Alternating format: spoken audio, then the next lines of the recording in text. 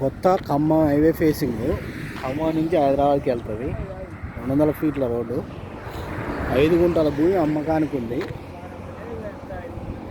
ఒక ఇల్లు పక్కే మరిది.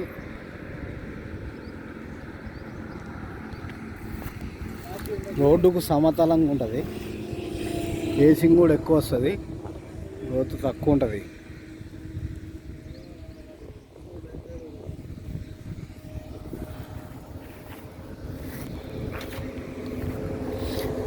ఇది 200 ఫీట్ల road, highway facing, commercial bit. గుంట 10 లక్షలు చెప్తుర్రు, మాట్లాడుకోవచ్చు.